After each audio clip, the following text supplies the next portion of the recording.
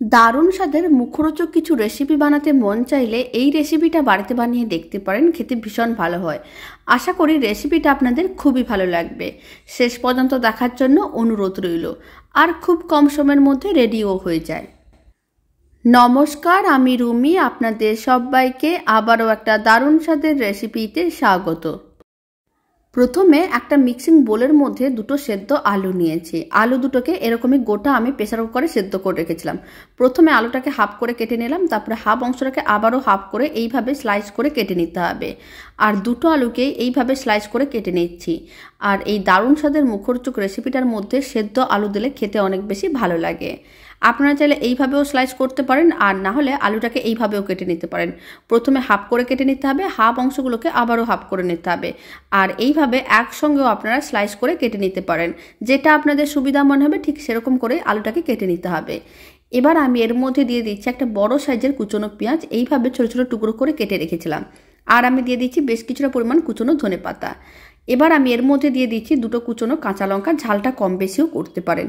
এবার আমি দিয়ে দিচ্ছি চা চামচের 4 ভাগের 1 ভাগ জিরে গুঁড়ো। আর ধনে গুঁড়ো দিয়ে দিচ্ছি চা চামচের 4 ভাগের 1 ভাগ, মানে চা চামচের 4 ভাগের 1 ভাগ করে গুঁড়ো মশলাগুলো দিয়ে দিলাম। এবার আমি এর মধ্যে দিয়ে দিচ্ছি একটা কুচনো টমেটো, ছোট্ট সাইজের একটা টমেটোকে এভাবে ছোট ছোট টুকরো করে কেটে রেখেছিলাম। আর দিয়ে দিলাম স্বাদ অনুযায়ী লবণ।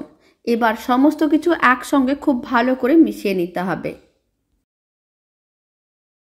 আর যখন সমস্ত কিছু একসঙ্গে খুব ভালো করে মেশানো হয়ে যাবে, তখন আমি এর মধ্যে দিয়ে দিচ্ছি বেশ কিছুটা পরিমাণ চীনাবাদাম। এখানে আমি প্রায় 2 মুঠোর মতন চীনাবাদাম দিয়ে দিলাম, ভাজা যে চীনাবাদামগুলো হয় সেইগুলো। আর আমি দিয়ে দিলাম বেশ কিছুটা পরিমাণ ভাজা ছোলা। আবারও ভাজা চীনাবাদাম ও ভাজা ছোলাটা খুব ভালো করে একসঙ্গে মিশিয়ে নিতে হবে। খেতে ভীষণ ভালো হয় আর খুবই কম সময়ের মধ্যে রেডি হয়ে যায়। বাড়িতে বানিয়ে দেখতে পারেন, আপনাদেরও খুবই ভালো লাগবে। এবার আমি এর মধ্যে দিয়ে দিচ্ছি ছোট যে চা চামচগুলো হয় তার 2 চামচের মতন তেঁতুলের পাল্প। তেঁতুলের পাল্পটাও খুব ভালো করে একসঙ্গে মিশিয়ে নিতে হবে। আর যখন খুব ভালো করে তেঁতুলের পাল্পটা মেশানো হয়ে যাবে, তখন এর মধ্যে ছড়িয়ে দিতে হবে কিছুটা পরিমাণ ঝুড়ি ভাজা। এতে দেখতেও খেতে দুটোই খুবই ভালো লাগবে। তেঁতুলের পাল্প দেওয়ার কারণে টক মিষ্টি ঝাল হবে আর খেতেও বেশ ভালো লাগবে। দারুণ স্বাদের এই মুখরোচক রেসিপিটা বাড়িতেও বানিয়ে দেখতে পারেন। আশা করি খুবই ভালো লাগবে আর খুব কম সময়ের মধ্যে রেডি হয়ে যাবে। সমস্ত কিছু খুব ভালো করে মেশানো হয়ে গেছে। দারুণ স্বাদের মুখরোচক রেসিপিটা একেবারেই রেডি। এবার একটা সার্ভিং বোলের মধ্যে সার্ভ করে নিচ্ছি।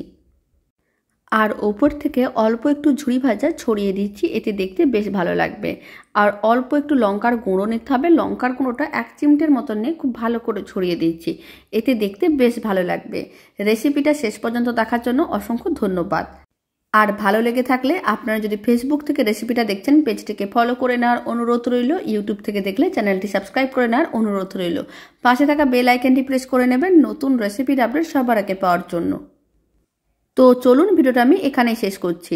আপনারা সবাই ভালো থাকবেন, সুস্থ থাকবেন। আপনাদের সঙ্গে আবার নতুন রেসিপি নিয়ে দেখা হচ্ছে।